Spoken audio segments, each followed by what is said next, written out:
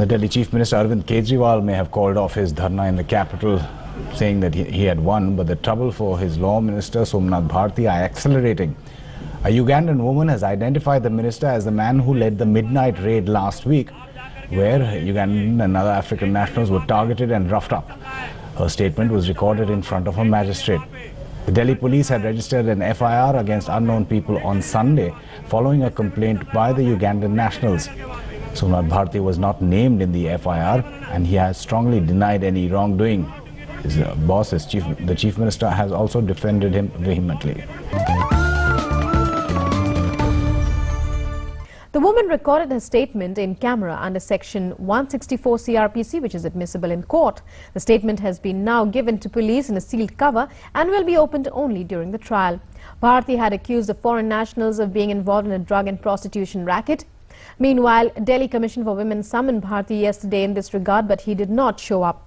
The Commission will be sending another summons to the concerned SHO to him. Were attacked on Wednesday night by Indians who are led by Somnath Bharti. They are claiming we are blacks and we should leave their country. We were harassed, we were beaten. They were having long sticks, very big sticks, and they said we should leave their country or else they are going to kill us. I identified him because he came in the night, then the next day I saw him on television. He was still putting on what I saw last night. Police came in time and saved us from the mob. SHO इतना डरा हुआ है कि वो आने को तैयार नहीं है और उसका कहना ये है कि मुझे टेलीफोन पे थ्रेट आ रही है लगातार आम आदमी पार्टी से और थ्रेट के अलावा गाली गलौज कर रहे हैं वो लोग टेलीफोन पे, इसलिए मैं नहीं आ पाऊंगा। तो पुलिस को अगर गवर्नमेंट इस तरह से डराएगी तो मुझे नहीं लगता कि कुछ नतीजा निकल पाएगा इन सब बातों का। सिर्फ पुलिस ऑफिसर्स को हटा दिया और मंत्री जिसके खिलाफ एलिगेशंस है वो वहीं के वहीं रहे, पब्लिक की नजर में ये अन्याय समझा जाता है, इसको अनजस्ट कहा जाता है। और इस केस में तो पहली बारी पब्लिक भी पुलिस के हक में बोल रही है, जो कि बहुत देर के बाद मैंने देखा, और वो भी महिलाओं के संदर्भ में। और मंत्री तो ओपनली अभी भी कोई समन भी आ रहा अगर नेशनल कमीशन फॉर वुमेन तो वो नहीं जा रहे, और आज कह रही है उनकी पार्टी कि अगर साबित होगा तो उनके खिलाफ एक्शन लेंगे। तो फिर आपने पुलिस वालों के लिए जल्दबाजी क्यों की और आप उनको बचाने के लिए धरने पर कैसे चले गए, कानून को अपने हाथ में कैसे ले लिया? तो मैं समझती हूँ ये एक बहुत गंभीर बात, एक बड़ा गलत मैसेज पार्टी की ओर से भी गया और सरकार की तरफ से भी हो गया कि क्या आपने एक तरफी एक्शन क्यों लिया। हमने उनको, आपको पता ही है, भेजा था और वो कल नहीं आए, तो अब हम आज उनको फिर एक नोटिस भेज रहे हैं और शुक्रवार फ्राइडे को हम उनसे ये कह रहे हैं कि आप कमीशन में आए या भेजें, अपना रिप्लाई भेजें कि क्या बात हुई है, क्योंकि उनका वो जानना भी, बयान जानना बहुत जरूरी है।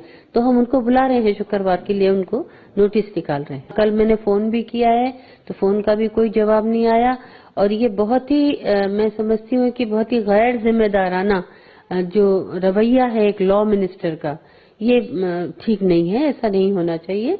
और वो लॉ मिनिस्टर है, जो भी हुआ है उसे उन्हें खुल के बात करनी चाहिए। Somnath Bharti indulged in that night in Khirki extension was absolutely unlawful.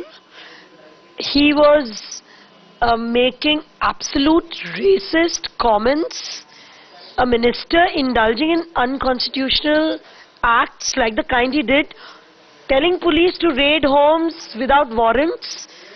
I mean, I think as a human rights worker, all this for us is not acceptable. Calling those women, ये हमारे जैसी नहीं है.